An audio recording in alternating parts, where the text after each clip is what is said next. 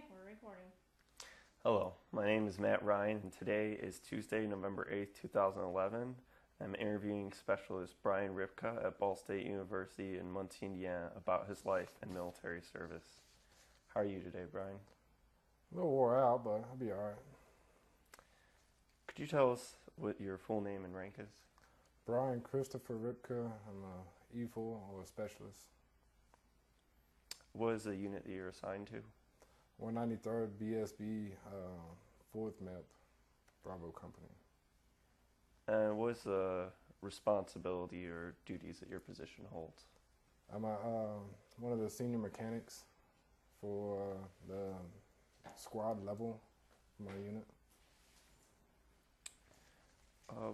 Brian, where were you born? Richmond, Virginia. Did you grow up there? No. I grew up in Morganton, North Carolina. Could you tell us a little about your family, parents? Do you have any siblings? I have two on each side, my mom's side and my dad's side. They actually got divorced when I was 3. Moved in with my grandparents, me and my actual blood sister or biological sister. And then that's when I had 2 other siblings on both sides. So, What did your parents do for a living? my dad was actually in the Marines for about 10 years after I was born. And he got out and now he's working for a pharmaceutical company up in Chicago. And my mom still works at, I think, Papa John's now as a manager. Did you have any pets when you were growing up? I had a little chihuahua. Chihuahua. Yeah. What was the Chihuahua's name? Princess. Did you have a choice in that name at all? No. What was it like growing up in your grandparents' house? I'd say a little rough. It wasn't like, I guess you say, I guess not like younger parents. Had to take it a little bit easier. I guess I had old school parents that if you do something wrong, they're gonna whoop your ass and get it over with, going about your business. So I got a lot of spankings, mind you. So, but it's all good. I mean, I thought it was pretty good. It taught me a lot of things. Do you have a good relationship with your grandparents? Yes. What did your grandparents do for a living? Were they working when you moved in with them? My grandmother and grandfather used to work for a trucking company.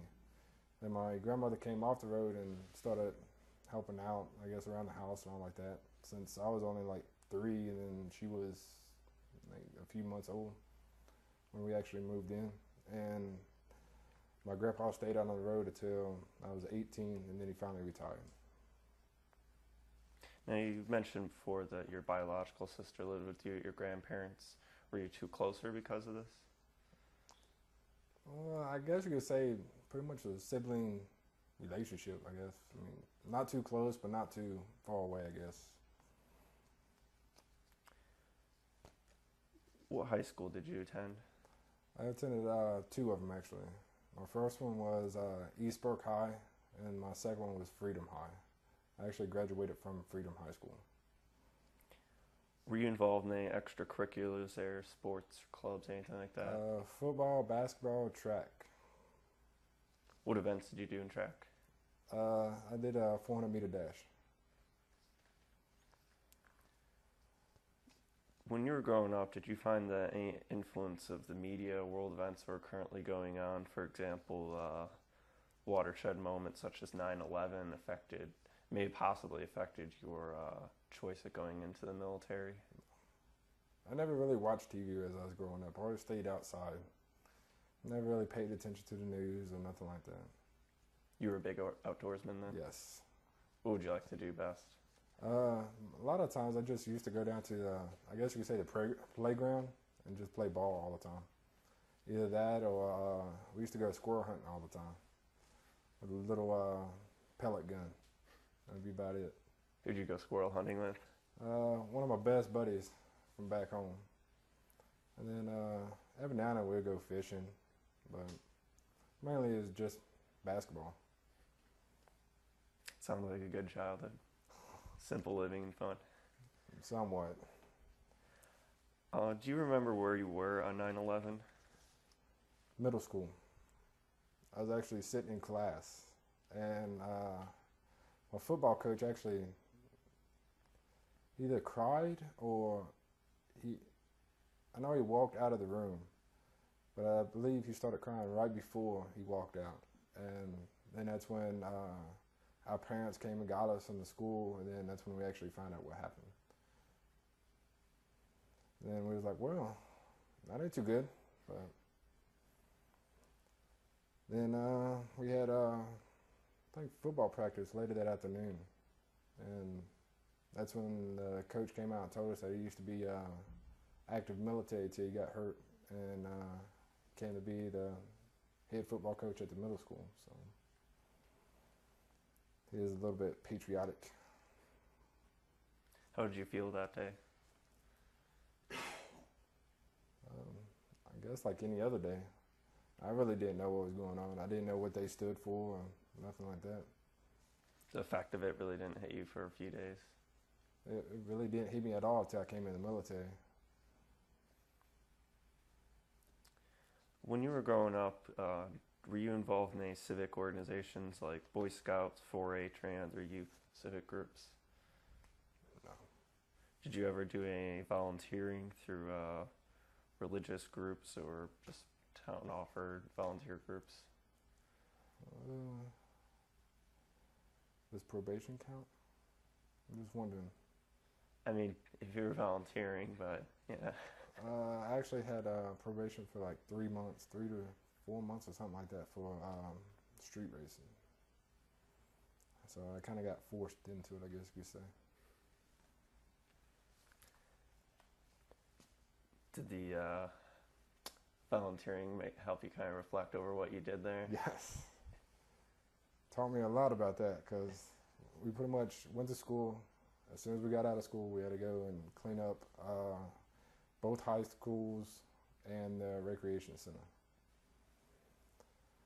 And I didn't feel like spending my whole afternoon, every afternoon for 3 to 4 months cleaning. So I learned my lesson real quick about street racing, or well, trying to beat a cop actually. But they keep you busy, keep you out of trouble. yes. Currently, are you married or in a relationship? Yes. I'm married for 2 years. My first marriage went on for about a year. I got a divorce when I actually got into the country in Iraq. Signed a divorce and all. Came down wars, got down here, and got remarried about 6 months later after I got to Fort Leonard. And I've been with her ever since. It's been 2 years now. And we're actually getting ready to have another child now. Congratulations. Yep. You happy with this marriage? I tell her all the time she's my pain in the ass, so I guess it is. I mean, it's nowhere like my first one. It's a lot more laid back. We actually got, I guess you say, more of a mutual agreement, I guess, like towards what we can do, what we can't do. I mean, I guess overall, I'd say it's probably like one of my best relationships I've ever had. So that's good. I'm happy for you. She's supportive of your military experience? You talking about from where I came back from Iraq, or just in general? In general, it's emotional support and just being there for you.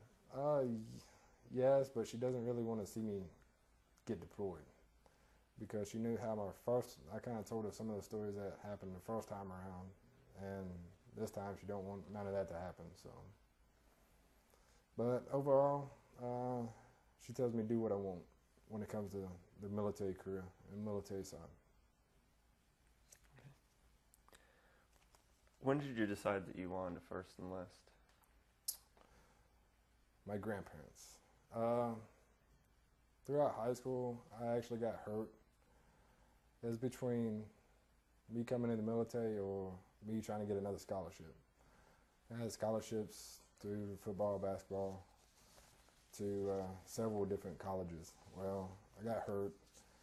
My grandparents told me about the military, so I was like, well, I don't know. We'll see, wait and see. Um, I got a job after high school, about a month. I liked it, but the pay wasn't not really that good, but it wasn't steady. So they finally talked me into joining the military, and pretty much came from there. Was the Army your first choice? Yes. What was your exact reasoning for enlisting?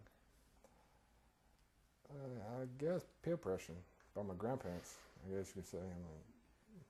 It's kind of hard to say. I mean, there really wasn't too many jobs back home. If there was a job, you had to go like an hour down the road just to go to it. So that and military is a steady paycheck. When you did enlist, what were your expectations of what basic training were going to be? My grandpa told me a saying before I left: "Hurry up and wait." That's how the military's going to run. So I'm like, all right, we'll see how it is. Well, I thought basic training was going to be really hard. But like you said, hurry up and wait. There was a lot of times that we had downtime for 1, 2, 3 hours at a time just waiting. But overall, it was easy to me. I guess from where I played football and basketball and all like that, the athletic part of me. But it's more psychological about trying to break you down, trying to see if you'll crack under pressure. I guess you could say pretty much stuff like that. Even through AIT was like that too. But it was a little bit more laid back. You can actually smoke and dip, all like that. But we couldn't do it until like 2 weeks before we graduated. And in basic, you can't. So.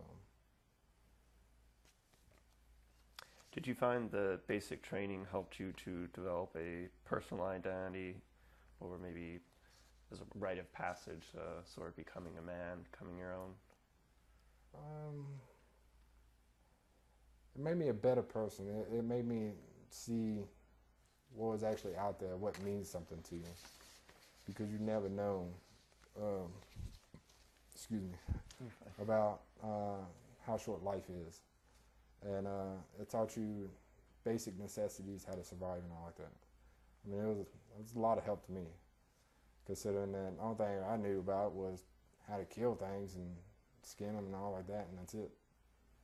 So, helped out a lot. Helped make you a stronger person. Yes. You mentioned already the kind of the tear down side of basic training and the build up. Did you, what were your experiences with this, being that they tear you down as an individual and then build you up as a team? I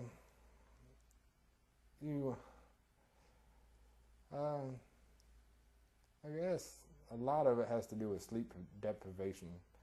About you only get like 2-3 hours of sleep at a time, and then you go all day. After a while, your body, it does get used to it, but at first, it breaks you down pretty quickly. You get tired, you get fatigued, but you got to keep trying to push yourself. And then you got your friends to your left and right keep trying to push you at the same time. And throughout the whole time of basic, you got your friends from left or right of you that would always try to build you back up, no matter if you get tore down or not. And then another thing about it is, like, we get called smoke sessions, where you do PT or physical training for hours on end until you can't pick yourself back up, and then you still gotta get motivation from your peers to get back up. So that's pretty much how it reacts to you. What were some of the highs and lows of training for you? Lows, I don't like getting yelled at. Never have. I got a smart ass attitude towards everybody when it comes to that. And I learned real quick about not yelling back or hollering at them and all like that. I got smoked a lot too. The highs, I got to meet new people from all over. Actually, one of the guys that I went through basic and AIT with, he was actually from Alaska, that got sent to Jackson. And then we had another guy that was from Germany that got sent over there. I mean, it's different. Definitely coming from a countryside where you know everybody, see everybody all the time, and then you go to a different environment and meet new people, different people.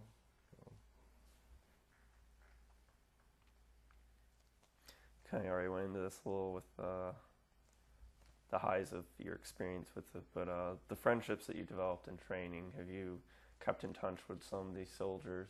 No. I haven't talked to nobody I went to basic or AIT with. I've seen them since then, but I don't really talk to them. Have the basis of those kind of friendships kind of, I guess you say the reasons and, well, struggling through something like training together, has that helped you make other bonds with fellow soldiers in the military since then? Somewhat. I get told I'm an asshole at work, so I guess that's where I meet everybody. And I mean, through basic and all, I was kind of the quiet guy. I wanted to stay to myself. I want to hurry up and get it out.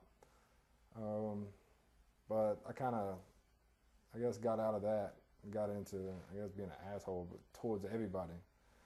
So then, I guess they just started coming around and seeing me as who I am instead of, I guess, a quiet person, I guess. But, I mean, it's kind of hard to explain considering that basic was totally different than now. So I pretty much try to make friends anywhere I go. I talk to anybody and everybody. So if they like me, they like me. If they don't, they don't. That's basically how it goes anywhere in life. So yeah. It's a good attitude about it. When you were in training, did you begin to understand the sense of unit cohesion? Yes. Because they actually drill it into you. You can't get past one obstacle without being a team player. If you're not a team player, you can get somebody killed. So that'll stick through your whole military career. What's your current MOS? 91 Bravo. It's a lightweight vehicle mechanic. Pretty much, I guess you could say we're a Jiffy Lube on steroids. We can break down, well, our previous MOS, we could break down the engine and put it back together. And then, but now we can only take out the engine, put them back in, transmissions, differentials, anything that you can pretty much do solid-wise, we can do it. We can do some cosmetics. Like I said, it's pretty much like a Jiffy Lube on steroids. What's the typical month-by-month or phase-by-phase kind of responsibilities and tasks that you're given while doing different tasks within your MOS?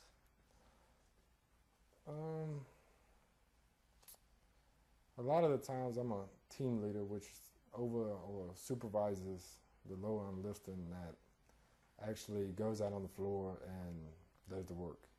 I just try to go over them, double check, make sure they're doing the right thing, and then going over the paperwork. And then there's switches every so often, every couple months or so. And then we actually go out and do it, and then they go and supervise us. So I mean, it's really just trying to build the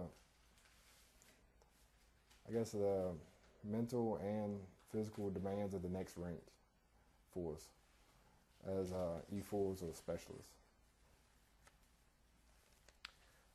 What's your impression of officers and NCOs, and has that changed since basic training? Nothing has really changed with the officers and NCOs to me. It's just from one unit to the next, which would change your opinion. No matter where you go, or in the military, no matter where you go, or who you're stationed with, there's some asshole officers and asshole NCOs, and then there's some backstabbing NCOs just like officers. I mean, it's just like I tell everybody, it's just like high school all over again. Just, you got a rank structure. I'd rather talk to NCOs than I would talk to officers, just because NCOs are more towards my grade level than officers are. Then I don't like getting smoked by officers too much. So, in your opinion, what would you describe as being an effective leader?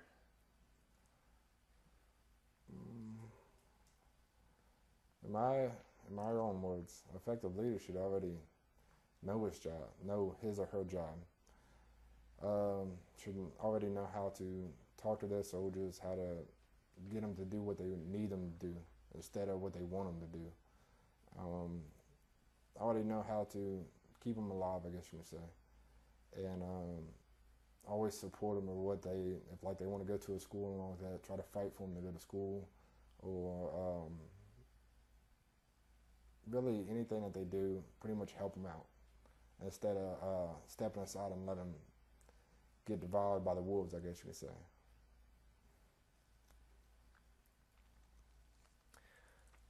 Now, you mentioned before that you've deployed overseas.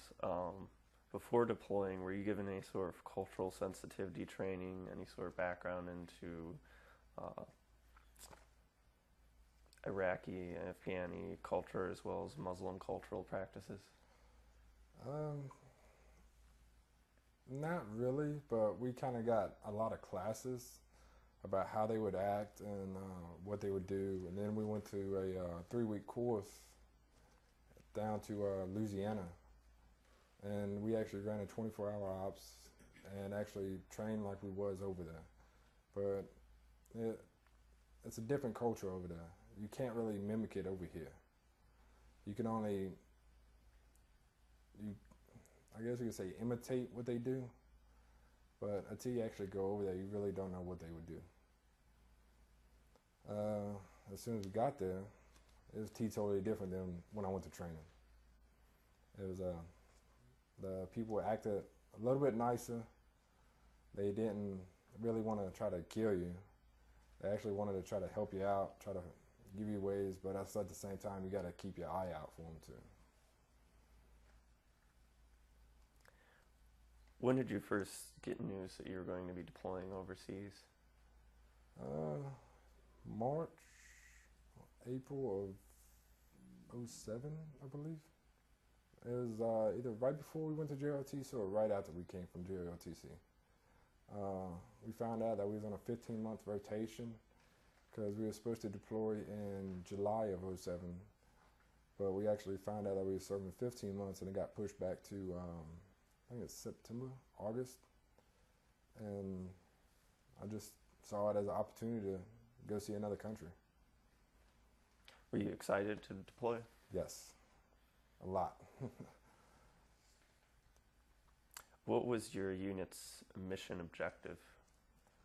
To go ahead and support the civilians over there to try to help them out, to build them back up, at the same time support our own, or well, we can actually get thrown out there and sustain ourselves. We try to clear the, I guess you could say, the roadways, and I guess you could say try to get the bad guys out of town, I guess you could say. But pretty much we was over there for civil purposes, try to civilize, I guess, them, or reflect what we know to them so then they can help themselves. When you first arrived over in Iraq, what do you remember seeing and hearing and smelling that may have been different to you? Smelled like a garbage pit, I guess you could say. It stunk when I first got there. Other than that, you can't really get away from it because it's always windy. Always. Seeing, there's a lot of sand.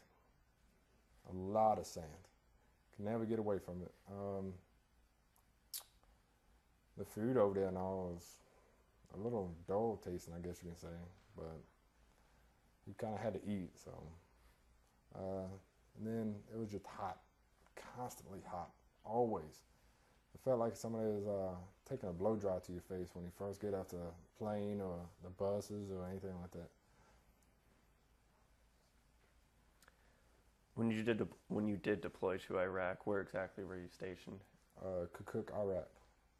It's towards the mountains, I guess you can say. It's further north than Baghdad and Anaconda and all like that. What was the terrain like and well, all the different areas I guess you saw while you were deployed, so just natural features as well as maybe differences you noticed in the roads, buildings, and man-made features to what you have been used to or what you're maybe expecting? Clay houses. That's how I can really describe it. It's different than over here. How we got brick, block, wood, not like that. They got it over there, but mainly it's built out of clay houses and wood. The roads are mostly dirt, but they do have asphalt roads, but they're old, wore out. It's like a old, wore out country road back here in the States. Some of the like land features, flat. That's really the only thing you can really describe on it. Other than if you're looking like a distance or something like that, you'll see mountains, but maybe like 6-7 hours away. And we never went to the mountains. But there's a lot of like little small dunes, I guess you can say, or hills. It was rocky in some spots. A lot of potholes. A lot of potholes. Bridges, just like I was over here. That's pretty much it on land features and anything that I saw over there. You already mentioned that it was constantly windy and it felt like there's a blow dryer in your hair in your face all the time. But what was the weather like over there overall? After your body gets acclimatized to it, it was dry. It wasn't humid. It wasn't. After a while, you get, like I said, you get acclimatized to it and just warm. That's about it. During the wintertime or the rainy season, it got down to about 30s. I think the lowest I saw of it was like a 31, 32 degrees. That's about as low as it got. I mean, it snowed over there while we was there. Rained a lot. That's about it. It's either hot or it was raining and cold. Is it tough to constantly be in that kind of weather as far as just doing your regular duties as well as serving as military presence? Yes, but no. You kind of, when you get over there, right before you go, you get all these tools and like gloves for a mechanic. It definitely be gloves before you go. You be getting used to it, like I said, acclimatized to it. But the only thing that would be hard would be actually working on a vehicle out in the sun, because you got to think the metal on the tools and all. Yeah, it gets pretty hot. Rainy wise, mainly just wet, slippery, and you got to be careful about the roadways and all like that, because some of the potholes can be. It look like it's only like a few inches, and it could be almost a foot deep. So pretty much got to watch out. You already started to mention some of the equipment they gave you before you deployed. What's some of your basic equipment and anything that say you carry on your person day to day for your job or you work with weekly? When I first got over there, we got one right before we left, or like an issue right before we left, and then we got another issue once we got there. The main thing that we mainly got right before we left was coveralls and gloves. Once we got there, we actually got a new set of IBA and our bulletproof vest and a Kevlar or a helmet. And that was it. That's pretty much the 4 things that we needed for as a mechanic. You went to work, took your IBA with you, and your Kevlar. That was pretty much it. What's your IBA? You mentioned that a couple times. Your IBA, in simple terms, is like a bulletproof vest. That's all it is. But it's IOTV, as it is. I believe it's the definition for it, or the synonyms, or how you want to say it. The acronym. That's what I'm looking for the ones in Iraq, which pretty much just wraps around your stomach instead of over top your shoulders. It's set up the same way as an IBA, but think of a cop. The vest underneath, that's pretty much what it looks like. But ours is wool on the outside. But except the IOTV is actually slender than the IBA. It's not as bulky, and you can move a lot more in the IOTV than you can the IBA. But both of them are the same thing. It's pretty much a bulletproof vest. You mentioned already earlier the food over there was a little dull. What was the military issued food like while you were there? MREs, or meals ready to eat. It's pretty much packaged, dried out food that you got to heat up or add water to eat it. They ain't too good. I don't like them. I don't like eating them. But over there, for like the first week and a half, that's all you got to eat. Either that or like sandwiches that they actually ship with you over there. The actual food, like I said, it was dull, but it tastes better than the MRE does. So, but overall, on the food wise, I mean, it wasn't too bad, but wasn't too good.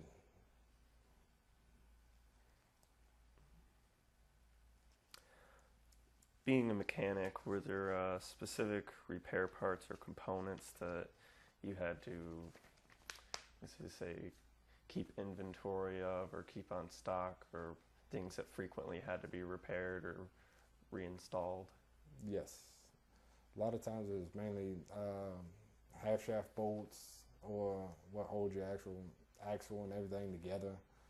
We had to change them out every 2 to 3 months from where the roads would back them off and all like that, because we've actually had where one of them spun out and tore like the whole left side of the truck off, completely off, from where somebody didn't tighten the bolts all the way down. So we pretty much redid all the systems for it. Even on our bigger trucks, we had to redo the axles and everything else, but mainly with supply parts or parts that we kept on hand is mainly for our axles and like our CDR valves, oil filters, like normal service parts. But out of service was mainly our half shaft bolts and half shafts.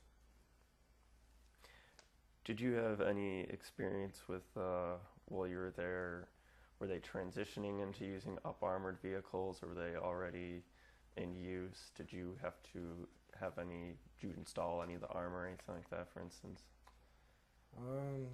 The only armor that I installed was the inner line armor, I guess you could say, of Buffalo, which is one of the, kind of looks like an oversized bus on wheels that's pretty much made from a Mack truck.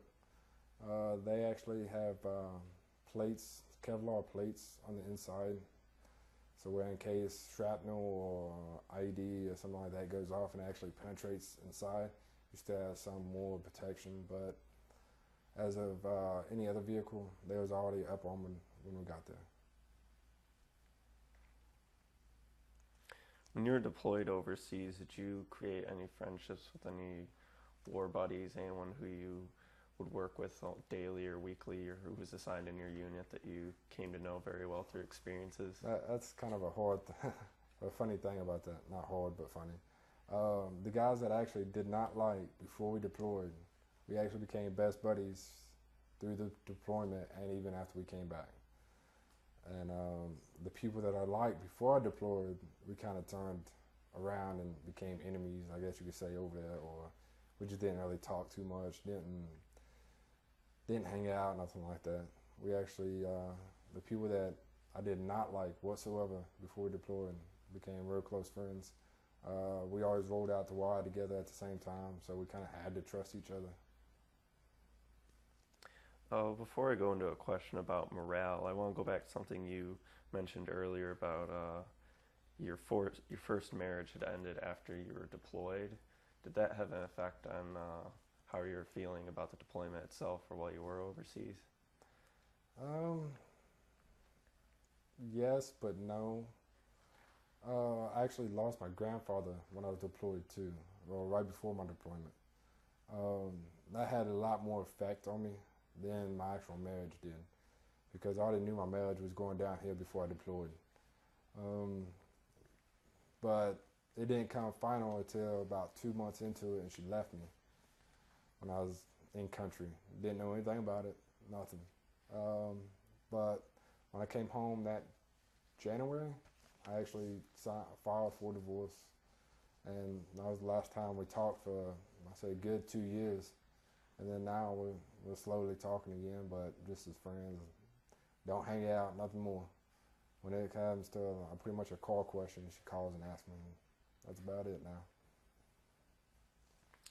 now. Back to I kind of introduced that question with morale. Within your unit while you were overseas, did morale tend to change through experiences you were having either in combat or frustrations with things, for example, in I guess you could say in shop, even though you've mentioned you've worked outside with the vehicles before too. Things like this come into play as far as interaction with the other men and their hopes and expectations? I actually kind of had good morale. The whole unit did. We try not to let anybody get down or get upset or anything like that. We try to keep their mind elsewhere, so where they don't hurt themselves or get hurt themselves. I mean, my stress reliever was lifting all the time.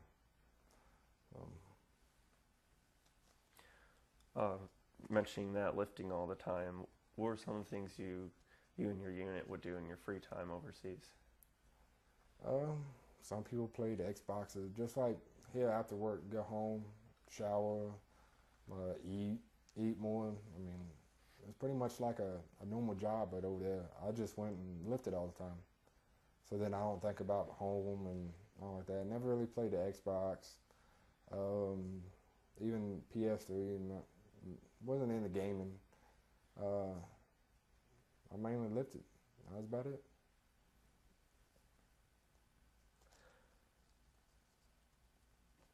I know you've mostly worked with being a mechanic, but I'm sure being over there may have been instances where you came into hostile situations.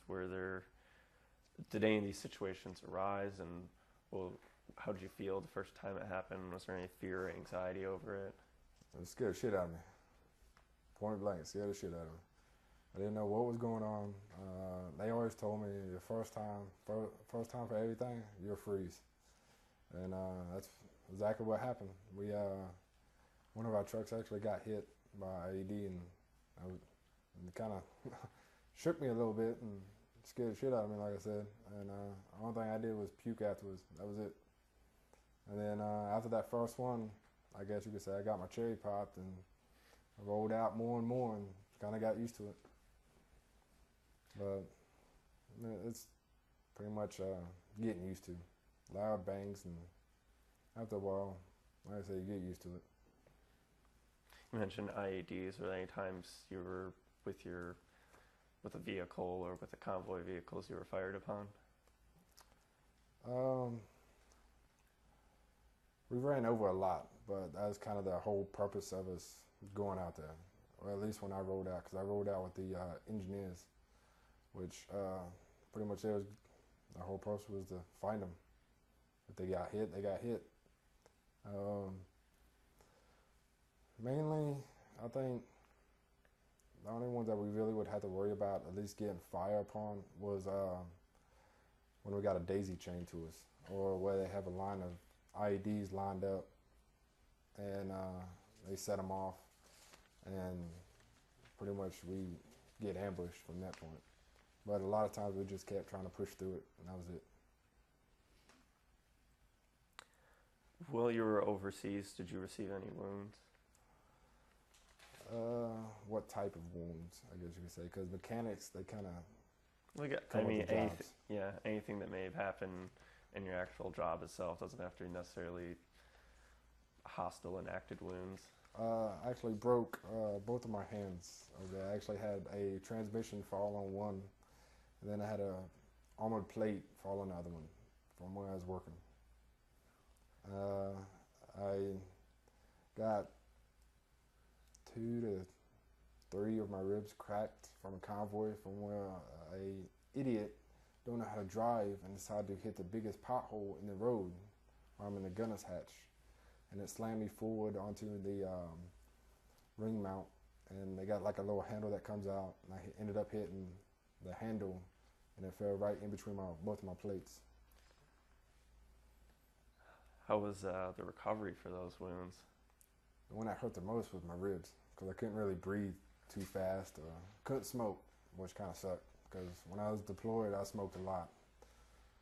My hands, they pretty much wrapped them up and sent me on my way. I mean, it phased me a little bit because I couldn't really grab hold of everything that like I wanted to. Couldn't lift for about 2.5 months.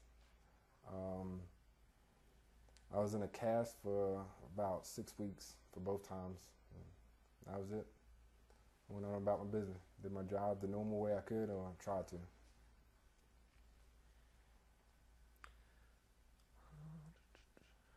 Were there any awards you received while you were overseas? Just the AAM, Army Commendation Medal. That was it. I know it's part of your job, the equipment maintenance, but were there any other things besides vehicles you'd sometimes have to be called in, or your opinion be brought in on something for repair? Mainly our engineer guys, because their equipment wasn't my type of MOS. They actually had their own mechanics. Me and another mechanic actually went to a school for them. So anytime they had questions for that, they'd come to me or him with them. But other than that, we mainly, like I said, worked on Humvees, LMTVs, MTVs, pretty much anything that has wheels on it we worked on. Did you do more maintenance or more repairs?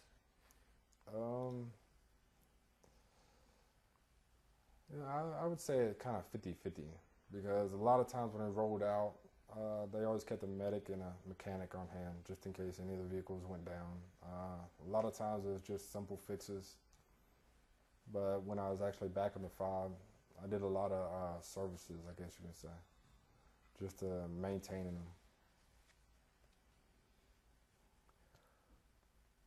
Where you were deployed, was it mainly an urban area or more rural?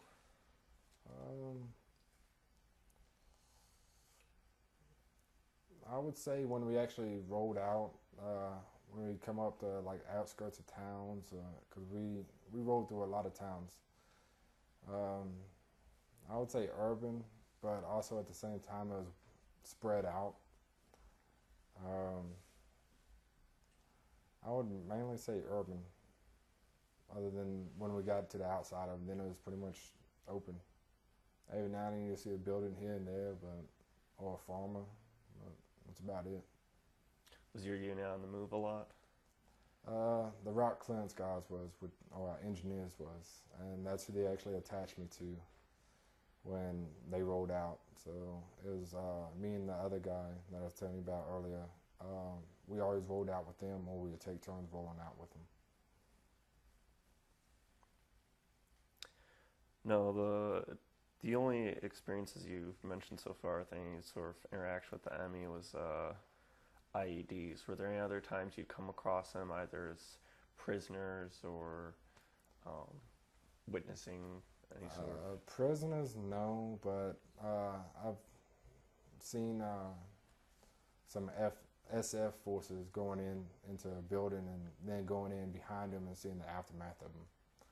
But other than that, not really. I mean, I've seen a lot of explosions even at night. I've seen what an EFP can do to a vehicle. Seen gunfire from the terrace hatch from where we would be rolling down the road, and you'll hear like a little ping or something like that that's hitting off your truck and bouncing off. But other than that, actual first-hand firefight, not really. What were some of the cultural differences, with interactions you did have with Iraqi citizens, and maybe culture shocks that you experienced with this? Real short-tempered. If something don't go their way, they'll get mad and they'll walk off, or they'll get up in you, just like any other neighborhood, I guess you could say. Really, the only difference is how they dress. That's about it. over there they can't. Another guy can't look at another guy's wife or anything like that. But that's about the biggest difference, because they get real mad about it and send the wife off, or get mad at you and say something to you or something like that. Did you have any correspondence with anyone back home while you were overseas? Just through a phone, which mainly was my grandmother. That's about it. Is it nice to be able to call her when you'd have the chance to? But the only bad part is we couldn't talk about what we was doing over there or nothing like that. We can only see how she's doing and tell her how we're doing and all like that. How often do you get to make those kind of phone calls? I try to make them once a week, but sometimes I couldn't. But I mean, that was like about a month and a half that I went without calling home. But like I said, I try to do it once a week, if possible, if mission dictates, if I can. Did you have any other interactions with any other Allied forces over there, or different U.S. Army units even? British and Air Force. I saw a lot of British, and they mainly just ran convoys back and forth. Air Force actually patrolled our outside perimeter to make sure we're good and no enemies decide to come in and try to sneak attack us. But when we first got there, I saw every branch over there: Navy, Army, Marines, Air Force. I saw the British Special Forces, or whatever they're called, and we saw a couple of the IPs, or the Iraqi police, and the NEB military too. That's about it. But that's when we first got there. But when we actually got to Kirkuk, it was mainly just British, us, and Air Force. Were there women that served with you in your unit? Yes. It was a pain in my ass, in my opinion, because we actually had, all of the females that we had was our clerks, and they would always give us a hard time about our parts, always. It never failed.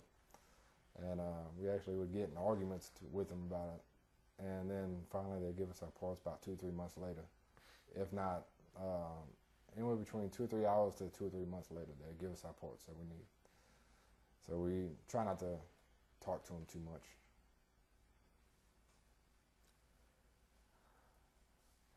Communication that you had overseas, I mean, that specific issue you just mentioned with the clerks, were there any changes in protocol or conduct while you're over there that may have made things difficult, or you had to adjust to, or talking to higher ranking officers or NCOs? No. The only thing that really changed over there for us would be, like, an NCO couldn't be in a soldier's room by itself. There had to be either 2 NCOs or 2 soldiers in the room with them. It couldn't be just a soldier and an NCO in one room together. Then after, we actually had a curfew over there at 10 o'clock. You had to be in your room. Nobody else, no females in your room, no NCOs, officers. That's about the biggest difference that I actually realized and saw over there. Was the security on your base itself pretty strict? Yes. We actually got searched every time we left and searched every time we came back in. It'd be about an hour and a half to 2 hour process with us getting searched. That's including our ammo and everything, from front to back, up and down of our vehicles, underneath our vehicles, underneath the hood, everywhere.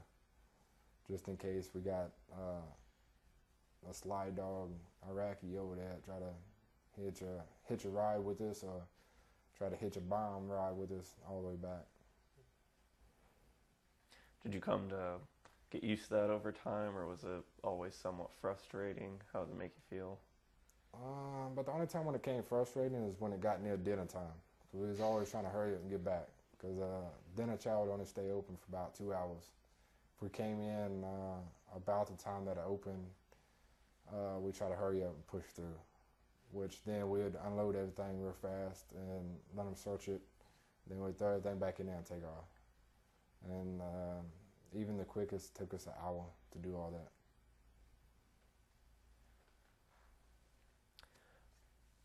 You mentioned earlier the length of your tour.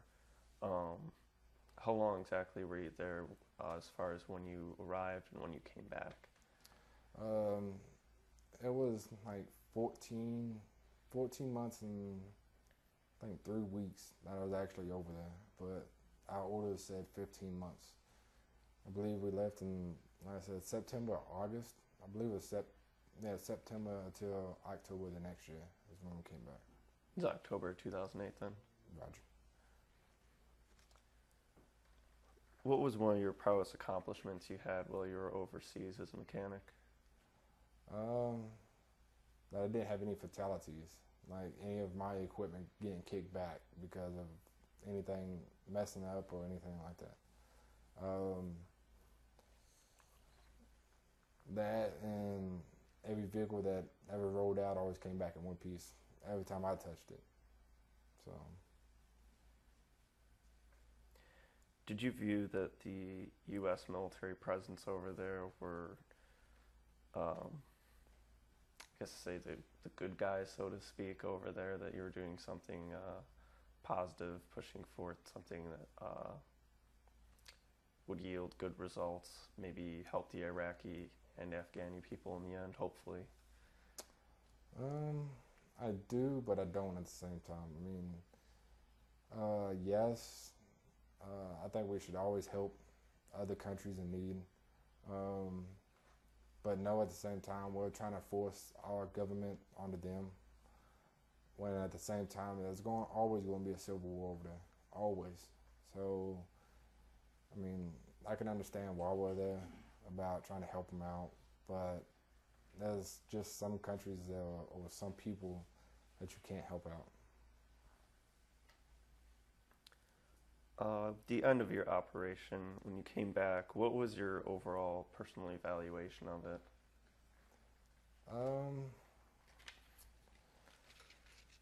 It was long. 15 months is a long time over there. Other than it being hot, it just made me pretty much a better person and realize that life is way, way too short. You never know when something's going to happen to you. And try to cherish the small times that you have with your family and all like that. When you did come back, did you participate in the after-action reports that were done? We did. Our higher-ups did, like our motor sergeant and our motor chief and all like that. We actually got time off. When we came back, we actually had like 3 to 4 weeks that we just went to half days, and we actually had 4-day weekends for like a month straight after we came back. And so pretty much we only had to go do PT, go to work for 2-3 hours, and that was it. The rest of the time we would get to relax. Were you comfortable with the pace of your mission over there? Yes. In my opinion, it wasn't too fast, wasn't too slow. So when they needed us, we rolled out. When they didn't, we relaxed and waited. And when you did come back, did you have a greeting when you returned to what you're expecting? Was it not your expectations? No, I actually didn't have anybody there waiting on me when I got back. I was actually trying to get to the airport the day that I landed so I can go home. But there was a lot of family, friends, family, and all like that I had met previous to deployment that was there. And pretty much they greeted me all, and then I tried to go home and flew out that night. Was there anything in your mission while you were over there that you experienced, you spoke to other people about, your commanding officers you believe need to be changed in the future for future missions or any future mission objectives? I never really talked to our commanding officer at all. But the only officer or anything towards that would be our warrant officer, our chief. that was the head of our motor pool. That would be about the only officer that I talked to. And most of the time, we was just joking around. Never really talked about what needed to be changed or anything like that. I mean, in my opinion, our motor pool ran perfectly fine like it was. When you came back, did you have any difficulty acclimating back to civilian life or back at home life, I guess you could say? When I first got back, I got with one of my sister's friends, and it's kind of difficult to get a relationship based off your past, but also with deployment, you can't really sleep that good at night. You get real short tension tantrums, I guess you could say, if something don't go your way, or like me, I had a real trouble time about people getting in my face or trying to give me a hug or anything like that. I wouldn't let them do it. I can only get, I think it's like 3 to 4 hours of sleep at night. The rest of the time I'll be up, wide awake, ready to go. I had a real short tantrum, I guess you could say. If something didn't go my way or somebody said something wrong to me, I would snap. But after a while, it kind of calmed down. Started acting normal. But the only thing I still suffer from is sleep. That's it. Do you think it may have been what do you think it may have been that caused these changes in normal behavior when you came back? The getting mad all the time, I'm not really sure on that one. The sleep, from where if like we go 12 hours on and we get 12 hours off, but we just got done eating or something like that, and you're like 2-3 hours into your off time, and you get called back and you got to go back outside the wire. From where you pull guard duty or anything like that, from where you just don't get enough sleep, yeah, I mean, get used to it, but that'd be about the only thing that can really cause to see it. And usually when you get fatigued and all like that, you get your little moodiness, I guess you can say, and that's about it that I could think of. Have you tried to do anything to try and change how much sleep you are getting? Not really. I just kind of went on day to day. I get more sleep than I did before, but I mean, you can really only take a day at a time. What was the translation like of being a garrison at home in the U.S. to deploying in the Middle East and then coming back to that again back in the U.S.? It was different. A lot of stuff changed. A lot of stuff got moved around. Stuff was ran different. They actually, when we got back to Drum, they actually built a lot of new barracks.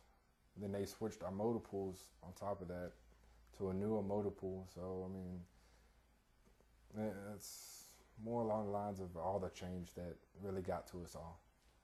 About mostly industrial changes, like the posts getting bigger or new buildings getting built.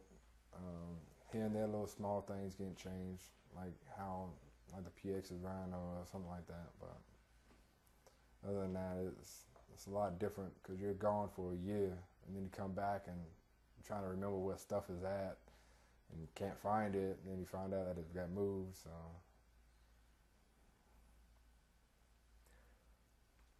Since you've returned back, where have you been stationed? Have you switched where you've been stationed? I stayed at Fort Drum, I think 5 months after we came back from deployment, and I got PCS orders to go to Fort Leonard. I've been at Fort Leonard ever since 2009, April 2009. At Fort Leonard Wood, what kind of mechanic duties do you have there? Is it similar to what you were doing before you went overseas, as well as what you're doing overseas now that you're back, or is it a little different? It's a little bit different now. I'm actually just another soldier. When over there, I was more of a team leader to a squad leader. Here, they tried me out as a squad leader, but they said I was way too relaxed to be a squad leader, so I kind of booted out of that position. Became another I guess you could say a team leader, but it's pretty much like another Joe. Um, do you have some sort of identity that you identify with being part of the First Infantry Division? Is this something that comes into your conscious mind about being a U.S. Army soldier? Not really. Do you have any examples you can think of that follow the First Division's motto of no mission too difficult, no sacrifice too great, duty first? No sacrifice too great. No, that's in my opinion, I think that's wrong, because every sacrifice, there's always a consequence. There's always a reaction. There's always something bad that comes out from that. But everything else is true in my opinion. I always want to try to be the first one in. Did you receive any 1st Infantry Division heritage training to gain a background about the division itself? I'm going to change the questions a little more to a topic of more current events, things that are going on, I guess you could say, as well as things that were active while you were over in Iraq. Are you familiar with the awakening councils they had over there? No. They were pledge alliance between different groups of Iraqis to fight Al-Qaeda and various Iraqi provinces. What are your thoughts on that? It was pretty much a civil war. I mean, really, you can only let them duke it out. That's pretty much what you can do. I mean, that's how we've been surviving for so many years. I mean, we've had a civil war and it got ended pretty quickly. So, I mean, in my opinion, I should let them fight it out. Do you view them then as that they're just still a developing nation? That's just their progress for them, where they're heading? More developing, yes. Because every country has to develop. So with them fighting amongst themselves, I mean, sooner or later they get tired of it, like we did. And they actually become, I guess you say, brothers. And learn from each other, learn from their mistakes, and all like that. Recently, Obama has announced that he's planning to pull troops out of Iraq. What are your thoughts on that? I don't think he's going to pull them out, because if he does, we're going to send it directly back to Afghanistan. I mean, all that he's doing is taking it out of one country and putting it in another one. I think he's just blowing smoke up our ass, in my opinion. What's your personal sentiment currently on deployment? Are you looking forward to the possibility of deploying again? Are you kind of just biding your time until then, or? I want to go back. But if it don't happen, it don't happen. I mean, it's really up to the military if I go or not. Is the military currently your career choice for the time being? Right now, considering that there's not that many jobs out there, yes.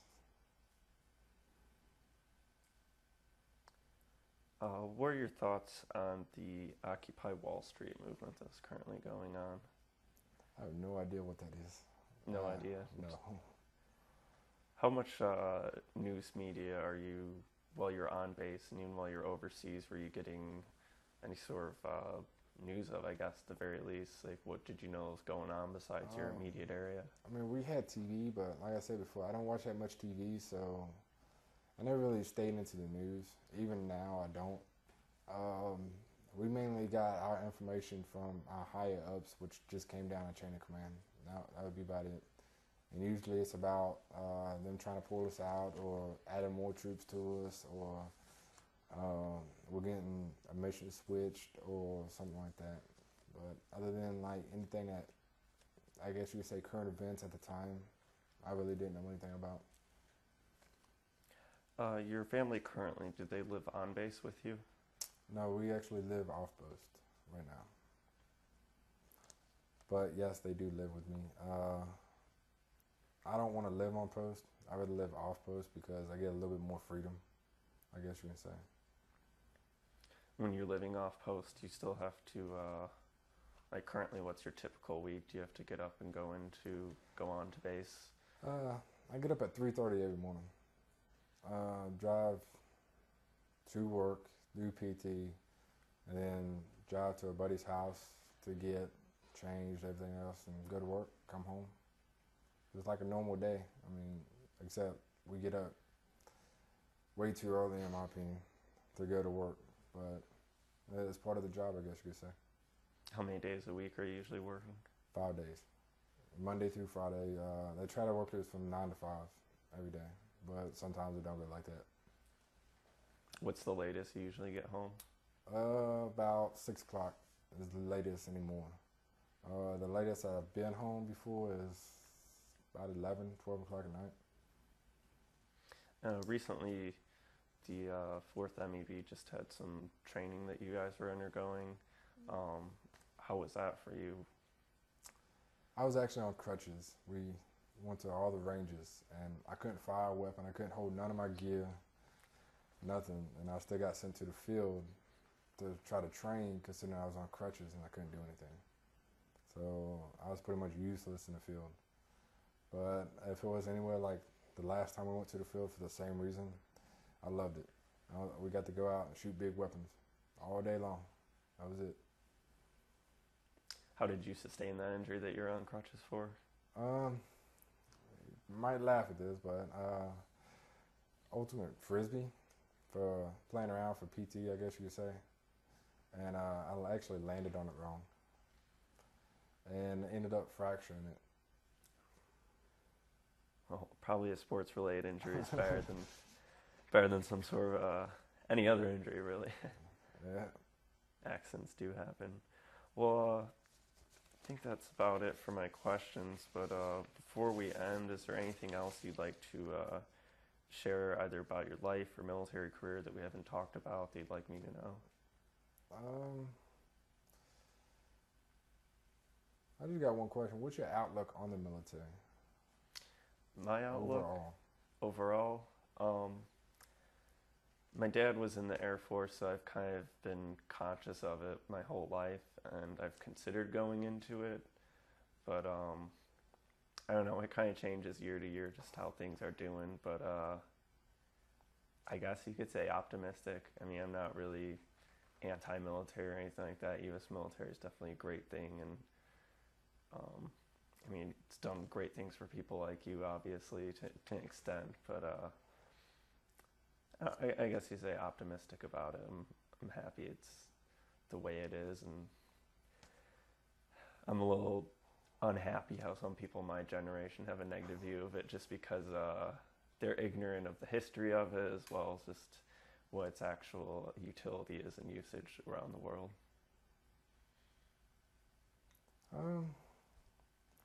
Maybe about the only question, but what I always got told was, if you're going to do it, do it. Don't think about it, just do it. Even through the military, I tell you that. Just do it. No holding back. You'll find out if you can do it or not. I mean, in my opinion, everything was easy for me. But over the years, I've been in, it'll be 6 years in July. Came in 06, right out of high school, pretty much.